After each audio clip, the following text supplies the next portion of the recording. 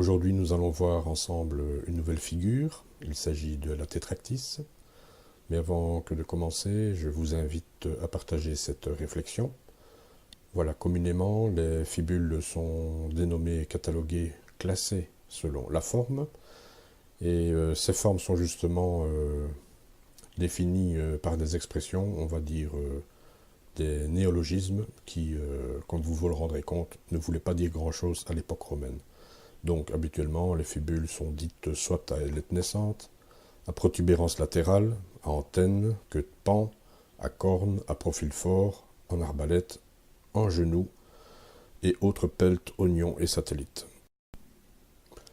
Ainsi, de la même manière, une figure éminemment importante sur les fibules, à savoir la tétractys, a été définie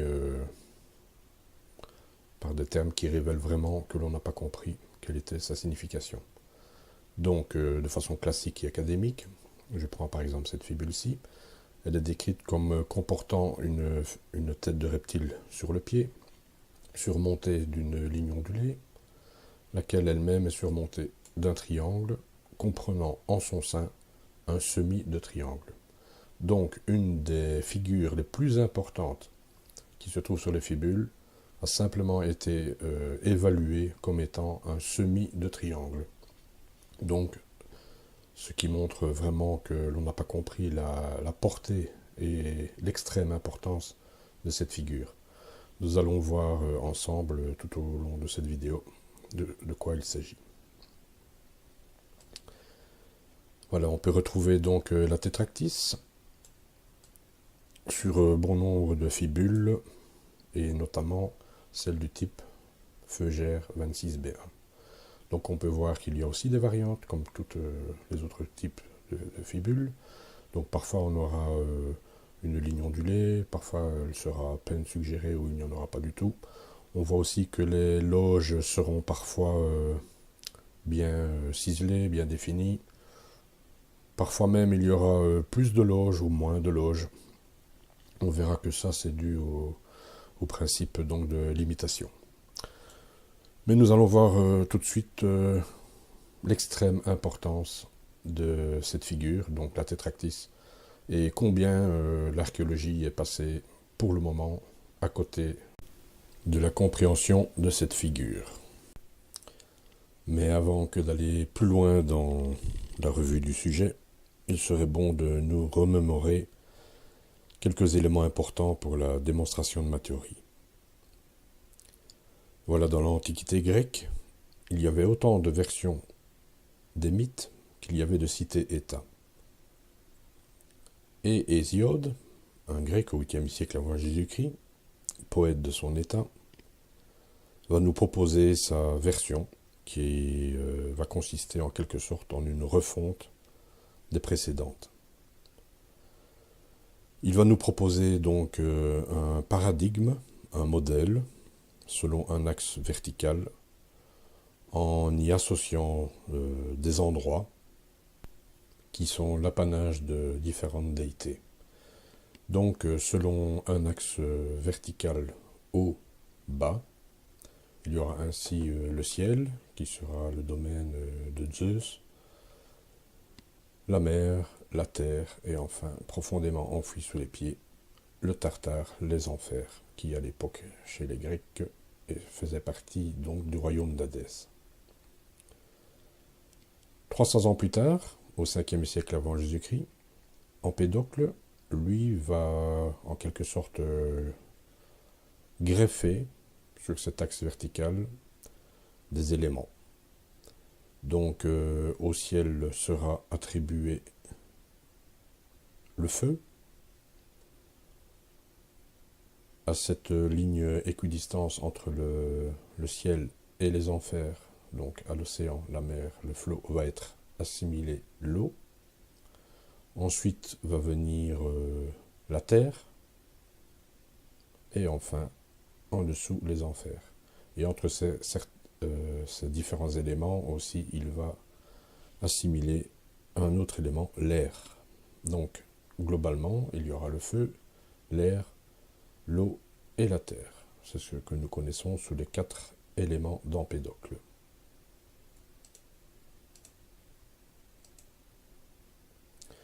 Maintenant, il est quasi impossible de parler de la tétractys sans parler des pythagoriciens. Alors, Pythagore, au VIe siècle avant Jésus-Christ, c'était un réformateur religieux et il a fondé une science politique. Il défendait le régime aristocratique, c'est-à-dire qu'il confie le gouvernement à une élite, pour lui celle de savants. Alors Pythagore, il a créé une fraternité dans laquelle il a expérimenté son modèle en réduction de l'État. Il a divisé la société en 3 fonctions sociales, comme tous les Indo-Européens, à savoir les producteurs, les guerriers et les rois prêtres. Il a voulu organiser la cité de façon mathématique et rationnelle. Il a élaboré des lois conservatrices favorables à la famille, recommandant le respect des lois et des magistrats. C'est un militariste et il a dispensé son savoir acquis d'échanges ou de voyages à des disciples triés sur le volet. Donc voici une petite peinture qui représente Pythagore. On y voit quelques-uns de ses symboles, donc à savoir la tétractys par exemple au-dessus de sa tête, l'équerre, le compas, une fleur de vie, un arbre de vie, pardon. Donc voici plus précisément ce qu'est la tétractys. Il s'agit d'un ensemble de triangles donc, mais il faut autant voir le sommet et la base de ces triangles qui vont donc déterminer des points, un agencement de points, que nous allons retrouver donc sous différentes figurations sur les fibules.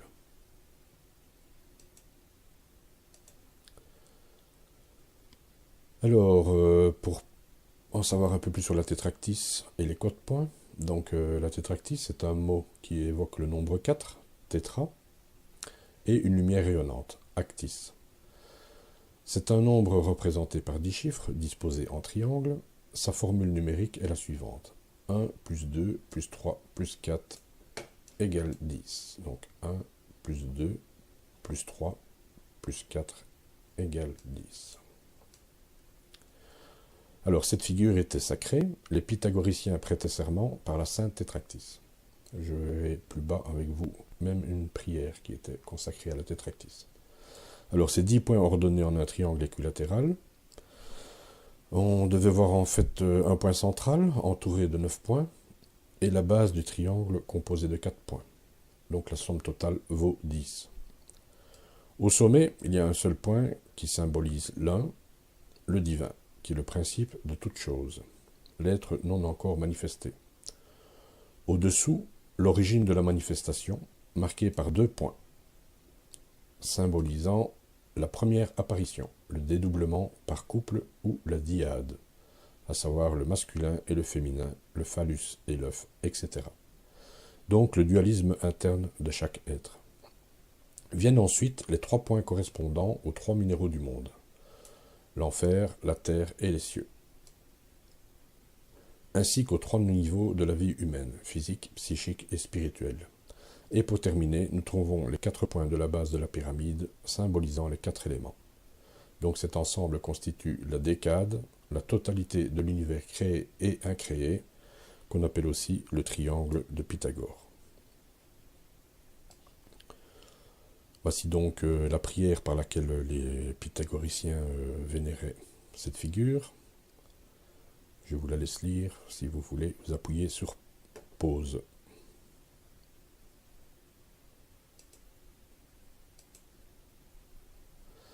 Alors pour les pythagoriciens, donc, ils considéraient le nombre comme un archétype de l'ordre cosmique. Alors la décade, ou le chiffre 10, était le plus sacré des nombres, c'était le symbole de la création universelle. C'est aussi sur le 10 qu'ils prêtaient serment en l'évoquant sous cette forme. La tétractys, en qui se trouve la source et la racine de l'éternelle nature, tout dérive de la décade et tout y remonte. Le 10 est l'image de la totalité en mouvement.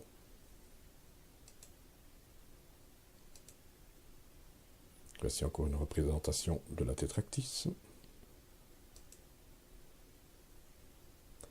Donc pour résumer, c'est une sorte de pyramide très symbolique qui recèle l'ensemble des connaissances en elle.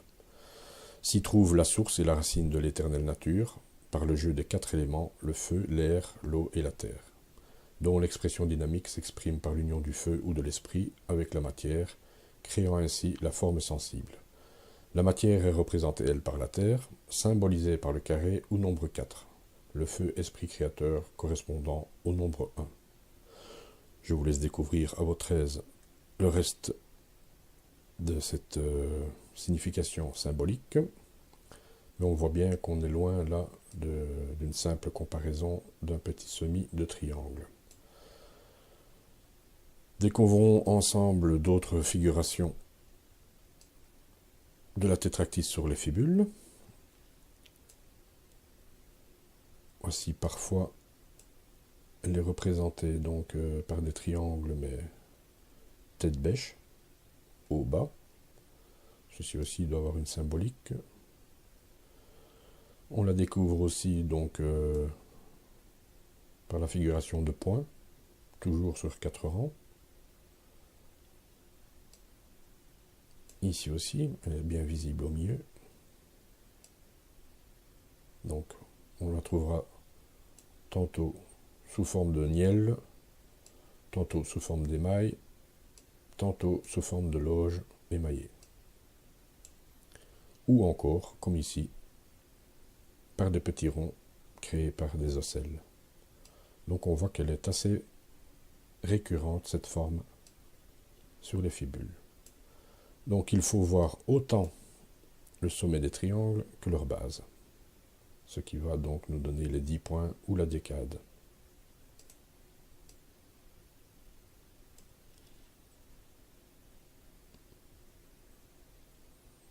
Donc ces 10 points vont en quelque sorte constituer une espèce de canevas dans lequel les pythagoriciens, ce sont des matheux, vont à l'aide d'un compas et d'une équerre tracer toutes sortes de figures géométriques. Et nous allons donc voir par exemple que Platon, un des frères pythagoriciens, va donc à l'aide de ce canevas représenter ces fameux solides, à savoir le cube, l'icosaèdre, le dodécaèdre, le tétraèdre et l'octaèdre. À chacune de ces figures donc va être associé un élément. La terre, l'eau, le feu, l'air et peut-être même, pour le dodécaèdre, le paradis. Ce serait en quelque sorte la forme absolue, bien aboutie. Alors je le mets ici à titre d'exemple, donc les pythagoriciens, donc cette fraternité, a fait différentes recherches, et notamment dans le domaine aussi de l'harmonie musicale. Donc cette grille, ce canevas aussi, aura des propriétés en musique.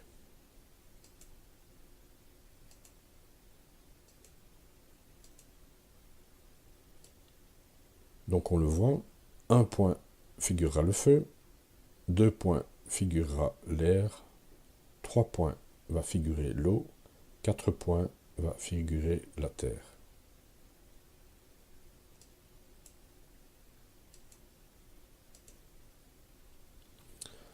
Cette figure aussi est très importante, donc il faut savoir que c'est un savoir qui était réservé aux initiés, mais elle abordait des thèmes tels que le macrocosme et le microcosme. Donc ça va être aussi une figure importante pour étudier, on va dire, la nature humaine et ses différentes fonctions.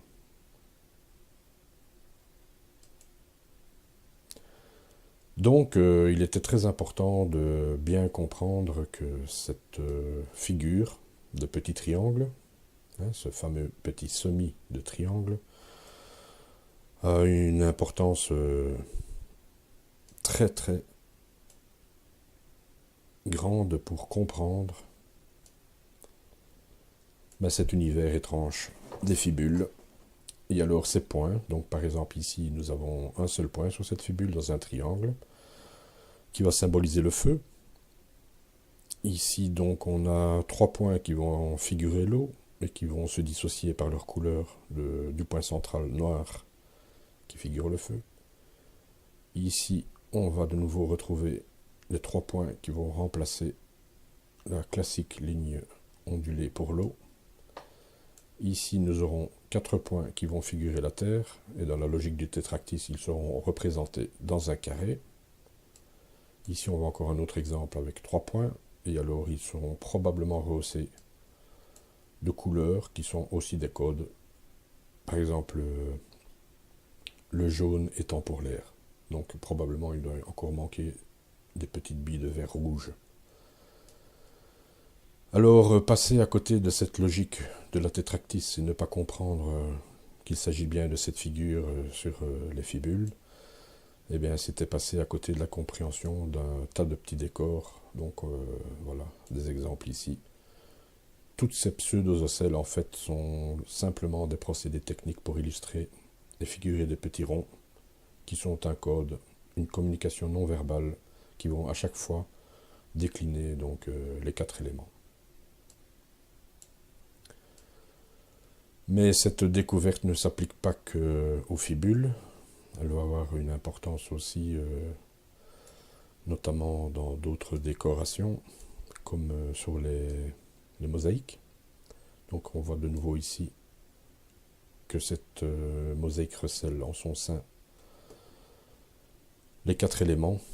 Donc il faut apprendre à les découvrir. Donc nous avons le point pour le feu, les 3 points pour l'eau. Ici on ne verra pas les 4 points, mais ils sont suggérés par la forme carrée qui va représenter la Terre. Comme peut-être on ne voit pas 2 points pour l'air, mais on devine de la couleur jaune qui pourrait le représenter. Voilà, sur cette magnifique mosaïque de Volubilis au Maroc, on voit de nouveau la présence de la tétractys. Ce qui laisse suggérer donc cette récurrence du thème des 4 éléments, comme on peut le voir encore sur cette autre mosaïque. Donc on voit qu'il y a un caisson principal avec un motif figuré. Il s'agit probablement de Bacchus avec la panthère, sa compagne Ariadné. Par contre, on voit bien dans les caissons secondaires des motifs que l'on peut retrouver sur les fibules, et comme on a découvert leur signification symbolique sur les fibules, on peut désormais donc, grâce à ma proposition de lecture, apprendre à lire tout ce qui se trouve dans les caissons décoratifs secondaires. Ainsi, on va pouvoir découvrir ici, dans ces petits caissons, les différents éléments d'Empédocle. Donc ici, on peut voir comme sur le pied de la fibule, le cône triangulaire sur pointe qui figure l'élément terre. Ici, on voit qu'il s'agit des codes figuratifs pour l'élément feu, comme ici aussi. Alors ici, par exemple, ce feuillage qui bouge comme ça, c'est l'élément air, donc le même principe métaphorique que pour les hiéroglyphes qui le représentent chez les Égyptiens. Donc la feuille de roseau, puisqu'on ne peut pas montrer de l'air, mais qu'on peut montrer son incidence sur les choses. Donc c'est l'air qui fait bouger la feuille, c'est ça le principe. C'est une métaphore, et à mon avis, c'est le même principe que l'on peut voir ici, sur ce feuillage qui est en train de bouger. Donc, on voit que si on passe à côté de la compréhension de la logique des éléments, et de ce paradigme, ce modèle religieux haut-bas,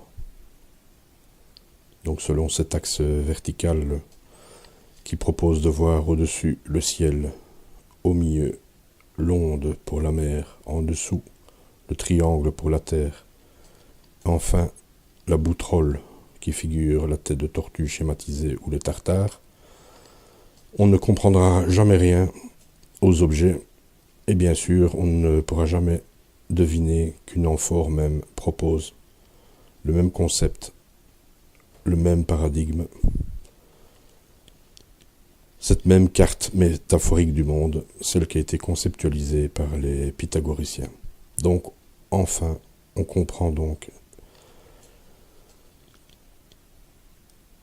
l'importance absolue qu'il fallait de percevoir que tous ces éléments, tous ces codes, qu'ils soient points, couleurs ou formes, vont régenter de très nombreux artefacts romains et qu'il serait temps et qu'il y aurait lieu d'en prendre compte pour faire une sérieuse mise à jour de nos connaissances en histoire de l'art des artefacts romains. Ben voilà, j'espère que vous avez eu du plaisir à suivre cette vidéo. Et je vous donne rendez-vous pour la prochaine qui sera sur le thème de la monade. Je vous remercie de votre attention.